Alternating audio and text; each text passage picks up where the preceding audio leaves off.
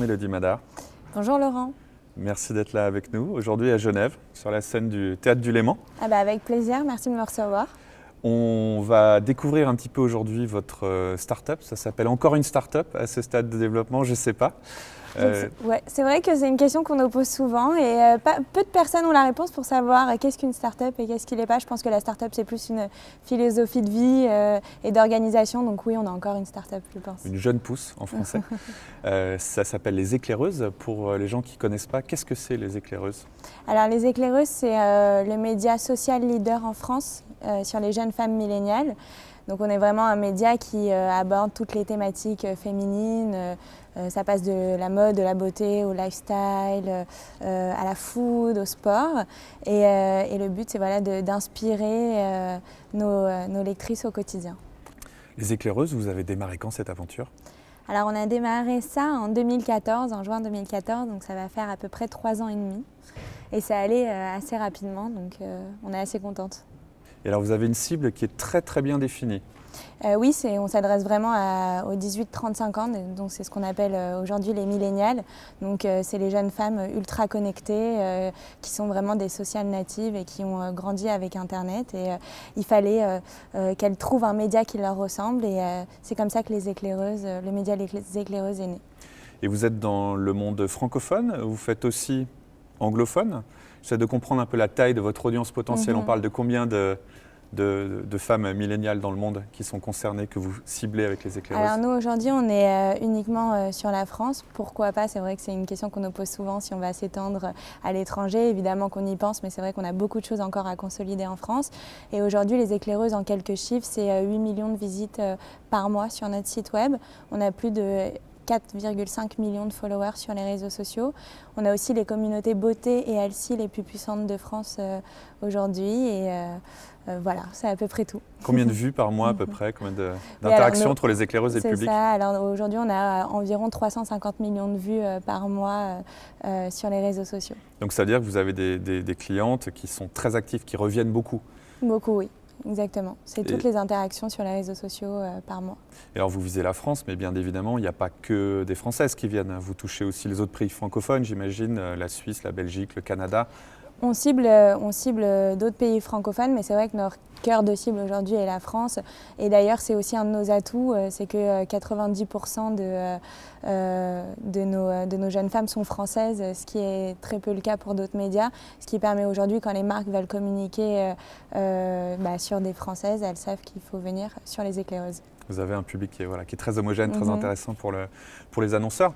En gros, vous vous définissez un peu comme un média de la troisième vague. Il y a eu une première vague qui est ce qu'on a connu dans les années, en Suisse on dirait les années 90, les années 90, où on a vu un peu les médias dits traditionnels arriver sur le online. Ensuite, il y a eu une deuxième vague. Alors pour nous, la première vague, c'était vraiment l'émergence des médias. Donc, en fait, ce qui qualifiait c'est ce qu'on appelle aujourd'hui les médias traditionnels. Ce qui qualifiait à peu près cette vague, c'est qu'on faisait l'effort d'aller chercher l'information, c'est-à-dire qu'on allait se rendre en kiosque et en journaux pour lire tout ce qui était presse écrite. Donc ça a duré très longtemps. Très longtemps. Le début de la presse écrite. Voilà, tout à fait. Après, on s'est aperçu qu'avec l'arrivée d'Internet, il y a une seconde vague.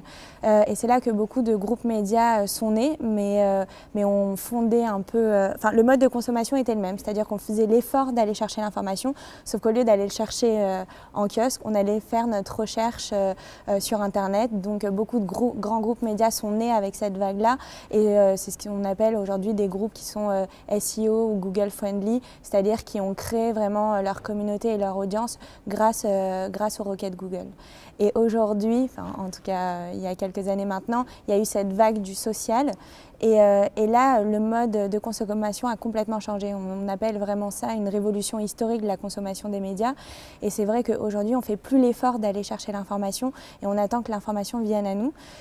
Donc il fallait un média en fait qui livre le contenu directement à ses consommateurs, à ses lecteurs, là où tout le monde passe la plus grande partie de leur temps, c'est-à-dire sur le mobile et sur les réseaux sociaux. Mais c'est des choses qui sont antinomiques ou c'est des choses qui sont complémentaires? C'est-à-dire que selon vous, les médias sociaux, ce comportement de flux, on reçoit l'information, va complètement remplacer l'ère Google où on allait chercher, ou est-ce que c'est deux choses qui vont un petit peu jouer des coudes et se compléter?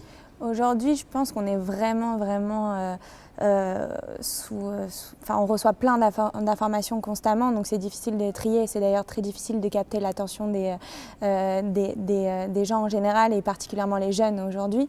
C'est vrai qu'il y a encore cette... en fait, Google va toujours rester là évidemment et c'est très bien d'être Google friendly, mais quand on va faire une recherche d'information, c'est pour des sujets bien précis, alors que pour livrer de l'information au quotidien, il faut évidemment aller sur les réseaux sociaux aujourd'hui. Google qui a essayé de lancer un média social, ça n'a pas très bien marché, Google+. Exactement. Après, on fait Orkut d'ailleurs, qui marchait très bien dans certains pays. Ouais. C'est vrai qu'on voit d'ailleurs au niveau de la pub que c'est les deux géants qui se partagent avec deux modes de consommation très très différents. Les éclaireuses, comment ça se matérialise? Comment est-ce que le public arrive sur les éclaireuses? Parce que si j'ai bien compris, ce n'est pas forcément sur leséclaireuses.com. Vous êtes une marque qui se décline à plein d'endroits sur les réseaux sociaux, sur différentes properties, on dirait en anglais. Ouais. C'est quoi un peu l'inventaire de là où se déploient les éclaireuses? En réalité, les éclaireuses, c'est évidemment un site web, sauf que... Qu'on trouve sur... Où ça? Qu'on trouve sur Internet, leséclaireuses.com. Sur Internet, ça je savais, Mélodie, mais ça aurait pu être .fr. Oui, donc leséclaireuses.com. Leséclaireuses.com. Et du coup, ensuite, on livre en fait notre flux d'informations, nos contenus sur les réseaux sociaux. Notre particularité, c'est qu'on est devenus des experts des réseaux sociaux et on a très bien compris que le contenu devait s'adapter à chaque réseau social. Donc, on livre évidemment différents contenus selon le type de réseau. Par exemple, sur Facebook, on a vraiment des contenus qui sont propres à Facebook. Sur Instagram, on va avoir vraiment des posts qui sont consacrés à Instagram. Pareil sur les Insta Stories. Sur Snapchat aussi, on a vraiment un concept inédit sur ce réseau. Donc finalement, oui, on est un site web, mais on crée vraiment divers contenus sur les différentes plateformes. Mais c'est très fragmenté parce que vous avez non seulement, vous avez ce site web central, mais vous avez aussi quelques channels différents. C'est-à-dire que vous avez des thèmes, vous avez une thématique beauté, une thématique santé. Et à l'intérieur de cette thématique, ça va encore être différencié par réseau. C'est-à-dire que vous n'allez pas communiquer pareil sur Instagram que sur LinkedIn ou je ne sais pas si vous y êtes. Ouais, on y est. Mais alors, pourquoi est-ce que vous avez d'abord séparé les éclaireuses en différentes marques? Alors en fait, ce qui s'est passé, et on en est très fiers aussi aujourd'hui, c'est qu'on est les premières en France à avoir créé justement ces différentes marques, ce qu'on appelle aujourd'hui des verticales sociales.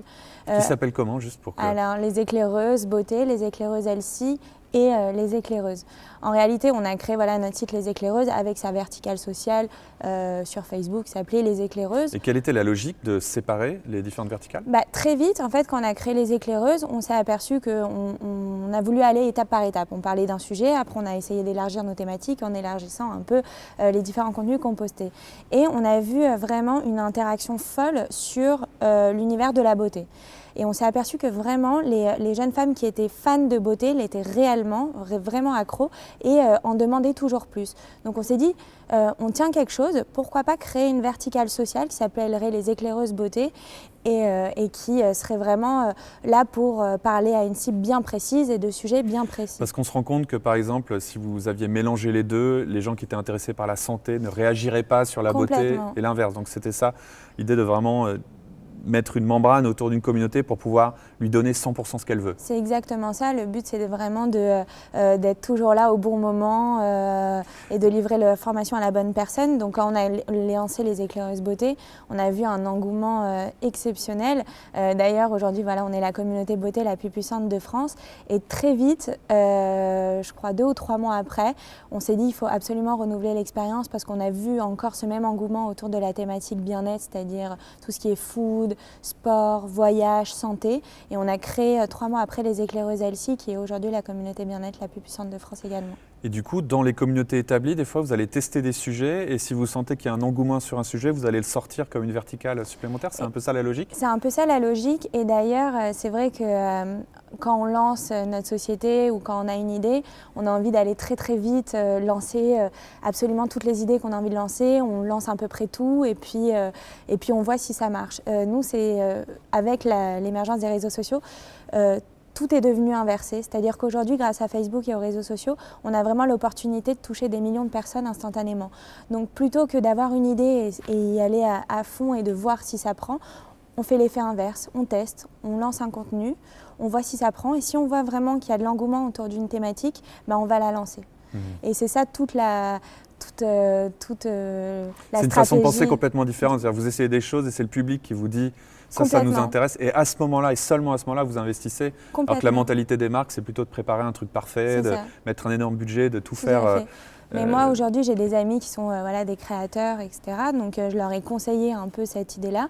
Et c'est vrai qu'aujourd'hui, maintenant, j'ai une amie à moi qui est créatrice de mode et qui a simplement créé une robe en plusieurs exemplaires et qui les a postés sur Facebook. Et elle n'a pas du tout créé du stock ou vraiment un nombre de commandes pour pouvoir vendre ses produits. Elle a juste vu s'il y avait de l'engouement autour de ses modèles sur Facebook. Et si elle voit qu'il y a un modèle qui prend, elle commence à lancer la production. Donc c'est un gain de temps et d'argent. Mais quand même, ça reste la théorie qu'on peut toucher des millions de gens sur Facebook parce qu'il y a beaucoup de marques qui arrivent et puis qui lancent une page et puis après un mois, il y a 250 fans. Bien sûr. C'est quand même devenu très compliqué. C'est aussi des audiences, vous dites, qui sont difficiles à conquérir parce que très exigeantes. C'est ça. Après, il faut un peu connaître les codes des réseaux sociaux et avoir vraiment les mains dedans et être toujours créatif. C'est ce qui fait aujourd'hui la qualité. Et d'être original, c'est ce qui fait la différence. On va parler après des différences. Une dernière question.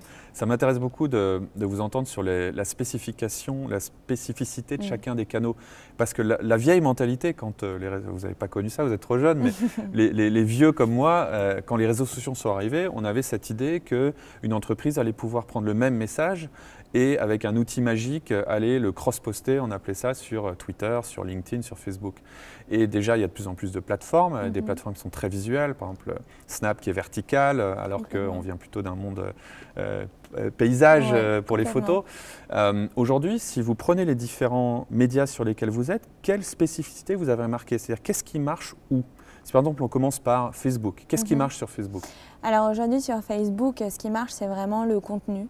Mais le contenu, ça veut dire quoi? Des vidéos, des images, bien du texte? Bien sûr, c'est à la fois de l'édito. Les gens lisent beaucoup et c'est là où maintenant, comme je vous ai dit, on va chercher l'information. La vidéo, clairement Facebook a voulu concurrencer YouTube, donc il fallait vraiment aller sur de la vidéo et nous aujourd'hui on y est allé complètement. Et tout ce qui est photo, images d'inspiration ou images un peu rigolotes fonctionne bien sur Facebook. La durée d'une vidéo sur Facebook? Alors il faut que ça soit des durées assez courtes, environ 30 secondes à 1 minute 30. Comme je dis, pour capter l'attention des utilisateurs sur Facebook, il faut être très rapide. Avec les sous-titres? Avec le bon wording, avec toujours les sous-titres. Aujourd'hui c'est vrai que je vois beaucoup de vidéos de grands médias qui ne sont jamais sous-titrés, mais il faut savoir qu'aujourd'hui les vidéos sur Facebook sont vues à 90% sans son. Donc on risque de passer à côté de voir notre vidéo si on ne met pas de sous-titres. Facebook, vidéo, c'est vrai que c'est une plateforme qui fait un énorme effort et qui finalement est très complémentaire de YouTube. Parce que sur Facebook, on arrive à avoir des pics d'audience et sur YouTube, c'est plus le long tail, c'est dans la durée, c'est en effet les gens qui vont chercher. Sur YouTube, vous mettez les mêmes vidéos que Facebook ou vous les retravaillez avant de les poster sur YouTube? Non, évidemment, le but c'est toujours s'adapter au réseau social. Après, on n'est pas très YouTube, on a voulu vraiment aller sur tout ce qui était viral, etc. C'est un peu notre marque de fabrique et notre connaissance. Mais c'est vrai qu'aujourd'hui, on commence de plus en plus à développer des formats YouTube qui sont un peu plus longs et là où on apprend plus de choses. Instagram? Alors Instagram, c'est vraiment pour nous un excellent vivier. Là, on est vraiment allé sur le côté inspirationnel. Les gens vont vraiment sur Instagram pour voir de belles images, avoir de l'inspiration. Donc c'est vraiment là-dessus qu'on est allé. Et pour tout ce qui est Insta Story, qui est vraiment la grande tendance. Vous voyez un boost énorme là-dessus. Ouais. On dit que Facebook va vraiment essayer de drainer l'audience de Snap. Ça, vous le voyez dans vos chiffres, dans les usages? Complètement. En plus, on voit que ça monte de jour en jour. Et aujourd'hui, sur les Insta Stories, on a créé vraiment des concepts sur chacune de nos chaînes parce que là aussi, on a des verticales pour chacune de nos thématiques. Et dans des Insta Stories, on a créé des concepts où, par exemple, sur les éclaireuses beauté, on a un concept qui s'appelle le crush test. Le crush parce que c'est vraiment un coup de cœur et le test c'est pour savoir s'il survit à tout ce qu'on vit au quotidien. Et par exemple sur beauté, quand on reçoit un rouge à lèvres d'une marque ou un mascara ou une palette, et on va la tester dans ce crush test et après on va voir si c'est approuvé par les éclaireuses ou si ça ne l'est pas. Et sur Snap, vous avez aussi une complètement. Sur Snap, on a voulu vraiment trouver un concept un peu inédit et on a lancé sur Snapchat un concept qui s'appelle Un jour une astuce. Donc l'idée, c'était vraiment d'inspirer nos lectrices au quotidien et de leur livrer plein d'astuces qu'elles peuvent reproduire chez elles, aussi bien sur de la mode, sur la beauté, que sur de la déco, sur du lifestyle, sur du sport, sur de la food. Et c'est hyper intéressant parce que tout le monde adore et prend plein de captures d'écran pour pouvoir refaire ces astuces chez eux. Et ce qui nous permet aussi de proposer ça aux marques, conjointement avec les marques. Et c'est une excellente idée pour aller toucher les jeunes. Et ça, quand vous allez faire les astuces sur Snap, c'est quelque chose que vous n'allez pas remettre sur Facebook, vous n'allez pas remettre sur Insta Story. Pas du tout. C'est totalement, il faut vraiment être sur Snap. Sur Snap, sinon personne ne le voit et personne n'en a connaissance. Ça, je pense qu'il n'y a aucune marque, ou très peu de marques que je connaisse Voilà. qui pensent comme vous que vraiment c'est une plateforme, un contenu spécifique et qu'il y a une forme de spécialisation finalement de ce que les gens acceptent par canal et qu'il faut construire spécifiquement pour ça. C'est ce qui a fait notre force et notre différence aussi, c'est qu'aujourd'hui la presse traditionnelle étaient un peu réticents à aller sur le digital et n'y sont pas allés pleinement. Un petit peu réticents, très réticents. Oui, mais parce que justement, ils ont dupliqué un peu tout ce qu'on voyait sur la presse papier. Ils ont essayé tout simplement juste de le mettre en version digitale, mais ce n'est pas du tout adapté au code des réseaux sociaux. Donc malheureusement, beaucoup ont chuté au passage au numérique. Twitter ? Alors Twitter, on l'utilise plus pour tout ce qui est communication sur notre entreprise, sur des informations, sur ce qu'on développe. C'est vraiment le média des journalistes, Twitter. Voilà. Il y a à peu près que les journalistes. Complètement. Et c'est là aussi où on répond à notre communauté, si on a besoin de faire des interactions avec elle. Mais c'est vrai que là, on est vraiment sur du contenu plus axé B2B. D'accord. Et LinkedIn ? Voilà, complètement B2B. Le but, c'est là où on va recruter, c'est là où on va parler de notre entreprise, c'est là où on va expliquer nos nouveautés, nos chiffres, nos ambitions. Et vous avez d'autres réseaux que j'ai oubliés ? Twitch Non, je pense que c'est à peu près tout. C'est à peu près tout, ouais. C'est déjà pas mal. C'est déjà pas mal. Sachant que pour vous, chaque canal demande son propre contenu. Voilà. Si maintenant on vient sur ce qu'en anglais on appellerait votre unique selling proposition, je sais pas, la proposition de valeur unique, qu'est-ce qui fait que du contenu, les éclaireuses, sort du lot comme ça, que vous avez autant de gens qui vous suivent? Il y avait cette idée de zéro frustration, du contenu zéro frustration. Qu'est-ce que ça veut dire? Alors du contenu zéro frustration, à l'heure d'aujourd'hui, ça peut paraître un peu ridicule parce que ça fait un moment maintenant qu'on a créé le média, ça fait 3 ans et demi. Mais à l'époque, on s'est aperçu que les médias parlaient souvent de tendances ou de produits ou de services, mais on n'avait jamais la possibilité de se le procurer. Et ça nous paraît, c'est pour nous irréel. On est complètement, nous, dans les réseaux sociaux, dans l'instantanéité, dans l'instant T. Pas mal.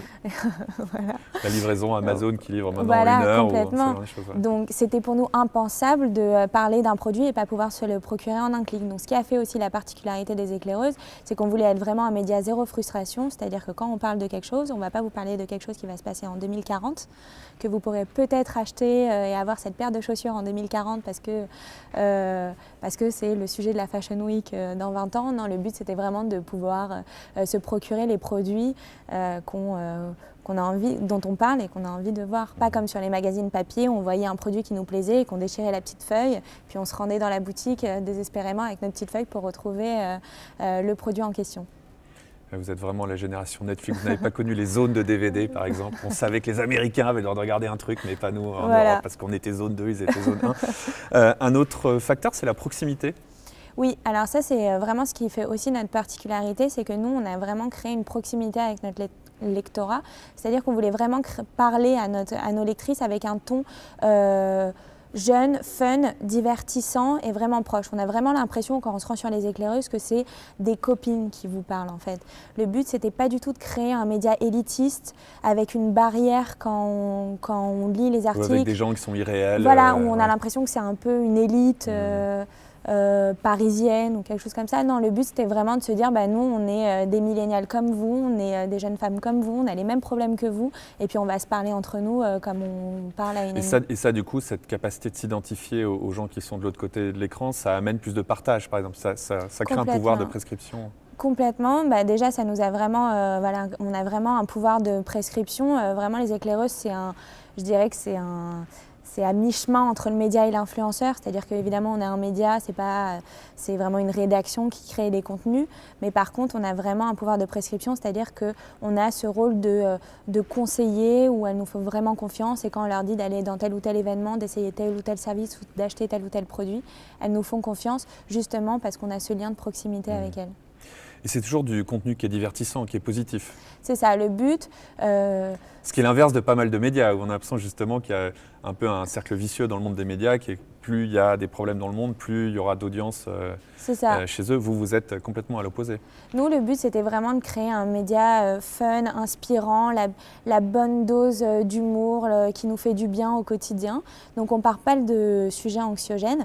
Après, ça ne veut pas dire qu'on ne veut pas en parler. C'est juste qu'on trouve que, comme à l'image dont on a fait notre stratégie, c'est-à-dire avec des verticales, pourquoi pas créer un jour une verticale sur des sujets un peu plus, sur des faits divers, voilà, un peu plus profonds ou un peu plus anxiogènes. Voilà. Mais c'est juste qu'on trouve qu'il faut toujours le bon moment au bon endroit. Donc ça ne sera peut-être pas sur les éclaireuses, mais peut-être éventuellement sur une nouvelle thématique. Quelque chose, quand on fait de la vidéo, on voit beaucoup de marques qui se plantent parce qu'ils essayent de la faire à moitié sans mettre les moyens. Chez vous, on sent qu'il y a un vrai souci de qualité des contenus techniques et éditoriaux. Complètement. Nous, notre but, c'était vraiment de faire des contenus de qualité. Quand on parlait de cette troisième vague du social, il y a eu beaucoup de médias émergents avec cette vague-là. On n'est pas le seul média social qui existe. Par contre, c'est vrai qu'eux, et notamment aussi aux États-Unis avec des BuzzFeed, etc., ils ont vraiment voulu créer leurs médias sur le principe du buzz. Mais nous, on voulait vraiment avoir toujours cette qualité. Et la qualité, ça ne veut pas dire qu'elle ne peut pas être virale, en fait. Et au contraire, plus il y a de la qualité, plus les gens se reconnaissent, plus les gens apprennent des choses et plus ils ont envie de partager le contenu. Donc notre but, c'était vraiment de créer du contenu intéressant, de qualité et qui soit également viral. Et ça va peut-être contre-intuitif. Je ne sais pas si il y a pas mal de gens qui vont penser que si c'est viral, c'est que c'est de qualité.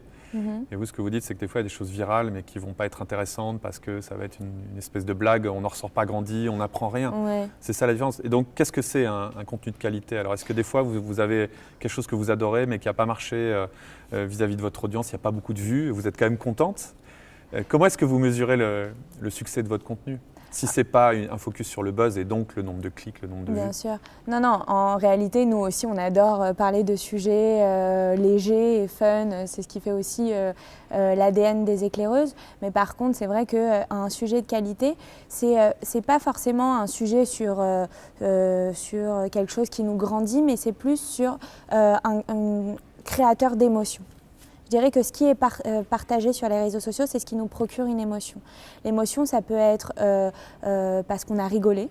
Donc là, c'est le côté fun et léger. C'est parce qu'on a été en colère aussi, on n'a pas aimé ce qui s'est passé, voilà, une révolte. Ça peut être aussi la tristesse, vraiment quelque chose qui nous a émus. Et le quatrième point, c'est vraiment qu'on ait appris quelque chose. Donc en général, voilà, les deux choses qui font qu'un sujet est viral sur les réseaux sociaux, c'est vraiment créateur d'émotions et si on a appris quelque chose. Alors ça, de nouveau, je pense un des clichés sur les réseaux sociaux, c'est que c'était un espèce de dépotoir où les gens mettaient une photo de leur chien en train de faire une bêtise. Vous, au contraire, vous dites que les millénials veulent apprendre, veulent ressentir quelque chose, enfin, qu'il faut qu'il y ait du sens en fait dans ce Oui, et en plus, en fait, les millénials adorent en apprendre plus sur un sujet ou découvrir une nouvelle marque, découvrir un nouveau service. Il suffit juste de leur livrer l'information de la bonne manière. Et alors, un des grands soucis qu'ont les médias en ce moment, c'est de gagner leur vie. On a encore vu, il y a des grands médias qui sont vraiment en galère. Et pourtant, des gens qui avaient pris des virages numériques assez tôt. Je pense au Guardian en ce moment, on en parle un peu. C'est quoi votre modèle d'affaires ? Alors nous, notre business model, c'est vraiment la publicité, comme tous les médias. Mais comme je vous ai dit, on s'adresse à une cible assez précise qui sont les millénials. Et on s'est dit qu'il fallait leur livrer une publicité, mais différente de ce qu'on voyait sur Internet, c'est-à-dire pas du tout de bannière publicitaire. Ça perturbe vraiment la navigation. On a toujours une pop-up qui arrive en plein milieu de l'écran. En plus, sur des plateformes comme Facebook, Instagram, vous ne maîtrisez pas. C'est la plateforme qui va maîtriser ce qui vient avec le contenu. Donc, Oui, non, mais je parle que quand on clique, une fois qu'on arrive sur Facebook et qu'on arrive sur le site, il fallait vraiment qu'on parle différemment de marques et qu'on aborde une publicité totalement différente. Donc on a vraiment décidé de faire 0 zéro display, c'est-à-dire zéro bannière publicitaire sur le site, pas de pop-up qui s'ouvre et on ne trouve pas la croix pour fermer, et puis le son s'est activé, et puis on ne sait plus quoi faire, on est perdu et finalement on n'a pas pu lire le contenu. On s'est dit vraiment qu'il ne fallait pas ce type de publicité, mais qu'il fallait créer un nouveau type de publicité, ce qu'on appelle aujourd'hui le brand content, c'est-à-dire vraiment créer du contenu sur une marque, mais vraiment pour passer du temps avec la marque, en savoir plus sur la marque, vraiment découvrir la marque d'une manière différente, parce qu'on s'est aperçu que les millénials n'étaient pas du tout réticents à la publicité, mais ils avaient simplement besoin d'un autre type de publicité pour en savoir plus sur une marque. Mais du coup, alors comment est-ce que vous gérez, où est la ligne entre le contenu sponsorisé et le contenu éditorial? Vous mettez où cette... En réalité, on a un vrai contrat de lecture avec nos lectrices, donc tous les contenus qui sont sponsorisés par des marques est affiché clairement.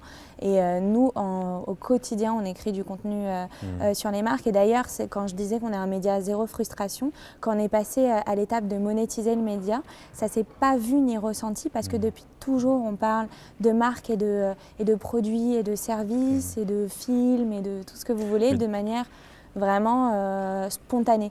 Donc le but, c'est de toujours garder notre spontanéité. Si aujourd'hui une journaliste elle a envie d'écrire sur une chaussure Nike, ça ne veut pas dire qu'elle ne peut pas le faire parce que d'un autre côté, on a une campagne avec cette marque. Le but, c'est toujours de garder notre spontanéité et en même temps proposer vraiment des campagnes de grande envergure pour des marques. Mais du coup, vous ne pouvez pas du tout travailler comme un média traditionnel, parce qu'un média traditionnel, par exemple, va séparer sa régie pub et en gros prendre n'importe quoi. Alors que vous devez quand même avoir des marques qui sont en ligne avec l'intérêt de vos lectrices. C'est-à-dire vous devez quelque part filtrer vos annonceurs. Vous ne pouvez pas travailler avec toutes les marques avec cette approche. Alors si, on peut travailler avec toutes les marques. Par contre, c'est vrai que nous, on préserve beaucoup notre communauté. Notre but, c'est vraiment de ne pas les décevoir. Donc si vraiment on voit qu'il y a un produit ou un service ou une marque qui n'est pas du tout en adéquation avec notre ADN, ça nous est déjà arrivé de refuser des contrats. Donc c'est vraiment un parti pris parce que aujourd'hui, quand on voit des gros budgets arriver et qu'on se dit finalement on trouve que ça ne fit pas avec notre communauté, c'est vrai que c'est un pari à prendre, mais je pense que c'est aujourd'hui ce qui fait la fidélité et l'engagement de notre lectorat, c'est qu'on a toujours voulu les préserver, donc c'est ce qui fait notre force. Et aussi ce qui fait notre force, c'est nos idées et notre originalité, c'est-à-dire que même si de prime abord une marque n'a pas grand intérêt sur les éclaireuses, c'est à nous aussi de trouver l'idée, comment l'aborder différemment et de présenter à nos lectrices. C'est ça, c'est que c'est plus du tout le même processus, parce qu'avant, on imagine une marque qui vend des chaussures aller avec sa propre agence, faire son spot de pub, le balancer sur 50 chaînes télé et les chaînes recevaient ça, n'avaient pas d'input.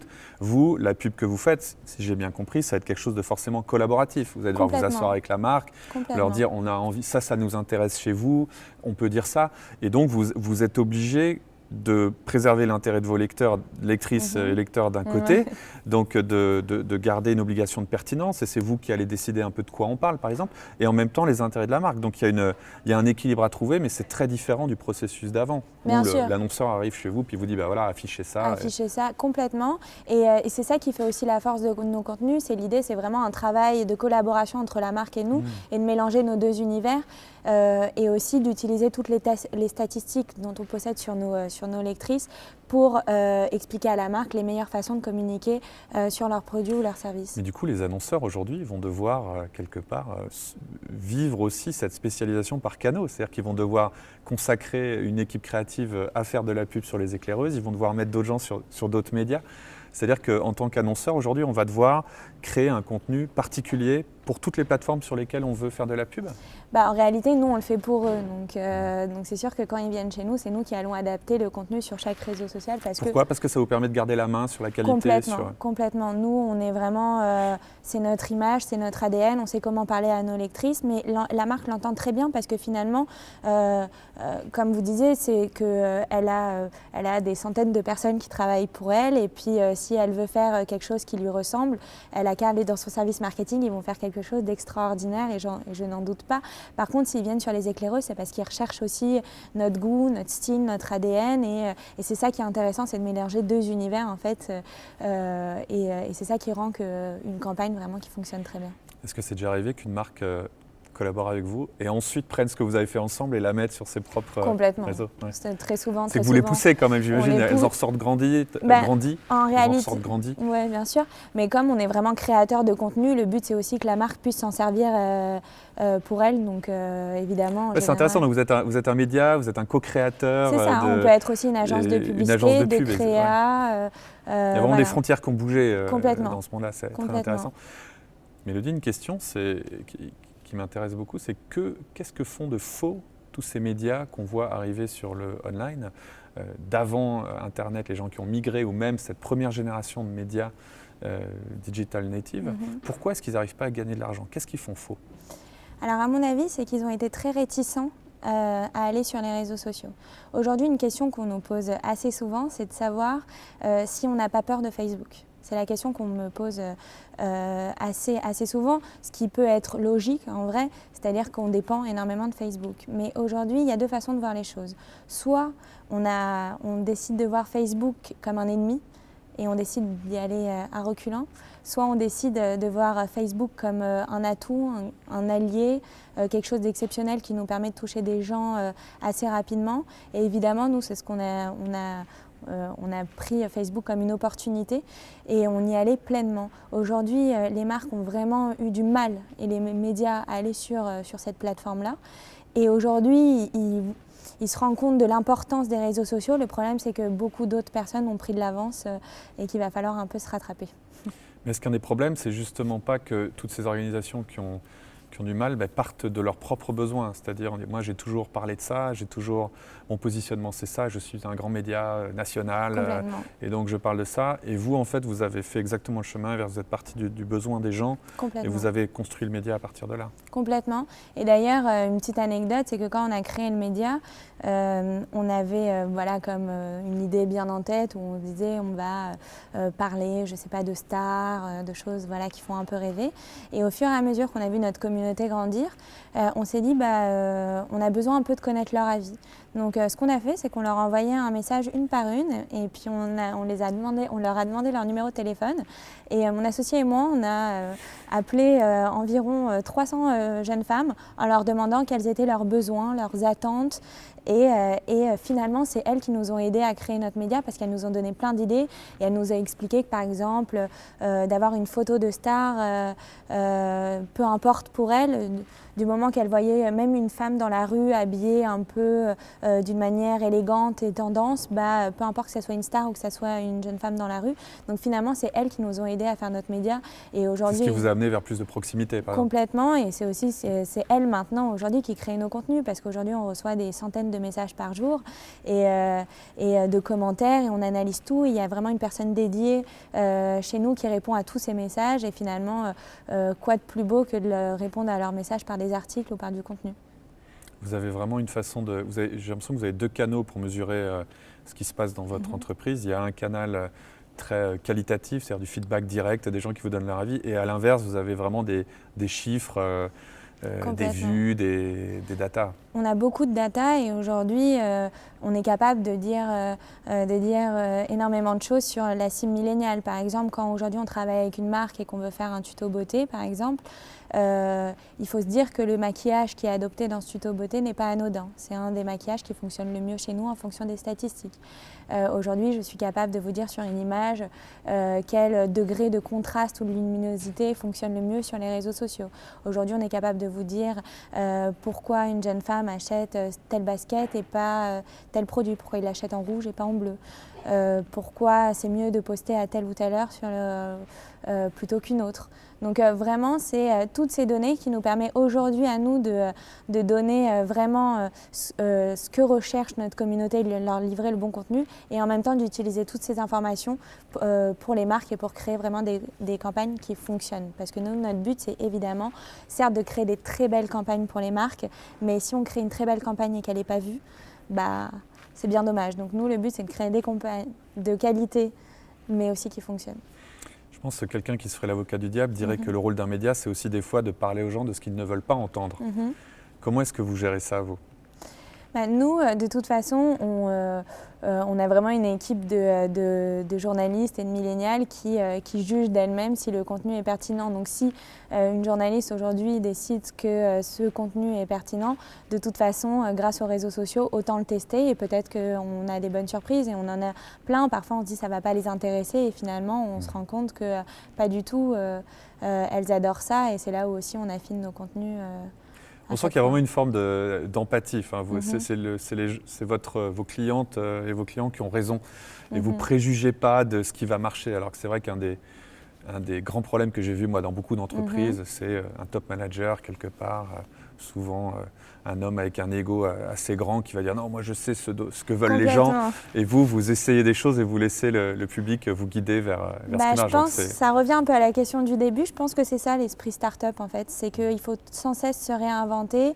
Rien n'est acquis. Il faut être agile et souple. Il faut savoir vraiment créer, innover, se réinventer et tester en fait. Il faut être humble et il faut être empathique. Voilà. Et ça, dans le business, c'est des qualités assez rares en général, malheureusement. J'espère, mais pour l'instant, c'est ce qu'on essaye de faire. Tant mieux, c'est une opportunité pour vous, complètement. En l'occurrence, que les gens se comportent comme ça.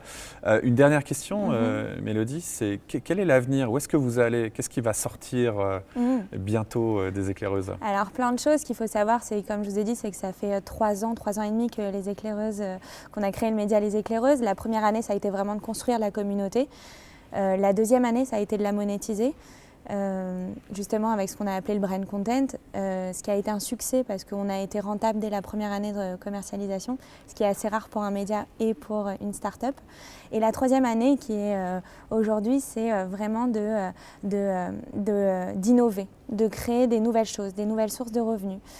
Donc aujourd'hui, voilà, on cherche des nouvelles innovations, des nouvelles sources de revenus. Très récemment, en septembre, on a créé Les Testeuses, qui est en fait du testing produit, toujours les testeuses en rapport avec les éclaireuses. On s'est aperçu qu'au moment de la commercialisation d'un produit ou d'un service, les marques avaient vraiment besoin d'avoir un feedback sur leurs produits.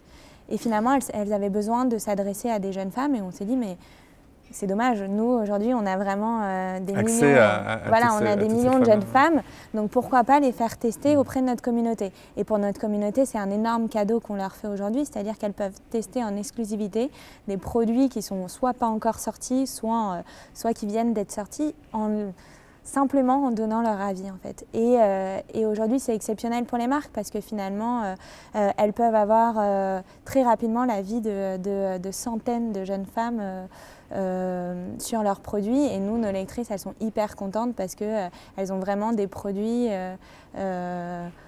au quotidien à tester. Et aujourd'hui, c'est une énorme source de revenus pour nous et en très peu de mois déjà. Merci Mélodie Médard. Merci à vous.